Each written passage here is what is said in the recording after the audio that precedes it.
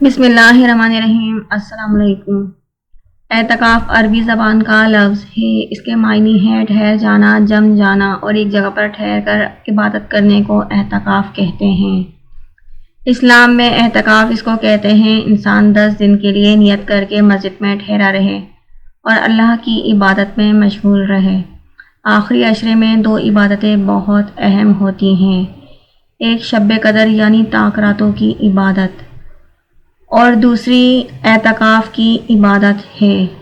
اعتکاف میں اللہ کا بندہ خالص اللہ سے اپنے تعلقات کو مضبوط بنانے اور خالص اللہ کی عبادت کے لیے 10 دن ساری دنیا سے دور ہو کر صرف اللہ سے تعلق جوڑتا ہے اور اللہ کی عبادت میں مشغول رہتا ہے۔ اعتکاف میں اگر اللہ کا بندہ سویا بھی ہو تو وہ اس کی عبادت ہے۔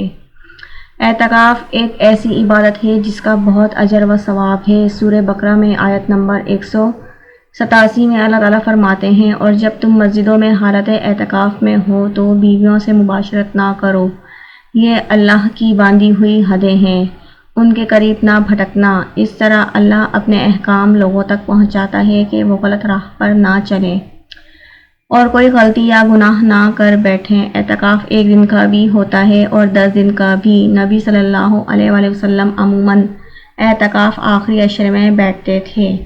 اعتکاف کے بارے میں ابو ہریرہ رضی اللہ سے روایت ہے کہ نبی صلی اللہ علیہ وآلہ وسلم کے سامنے ہر سال ایک ہی مرتبہ قرآن پڑھا جاتا۔ جس سال آپ صلی اللہ علیہ وسلم نے وفات پائی اس سال آپ صلی اللہ علیہ وسلم کے سامنے 2 مرتبہ قرآن پاک ختم کیا گیا۔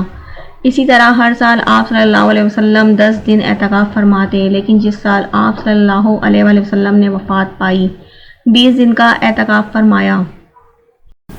حضرت عائشہ رضی اللہ تعالیٰ عنہا سے روایت ہے کہ نبی صلی اللہ علیہ وآلہ وسلم رمضان مبارک کا آخری عشرہ میں اعتکاف فرمایا کرتے تھے، یہاں تک کہ آپ کی وفات ہو گئی۔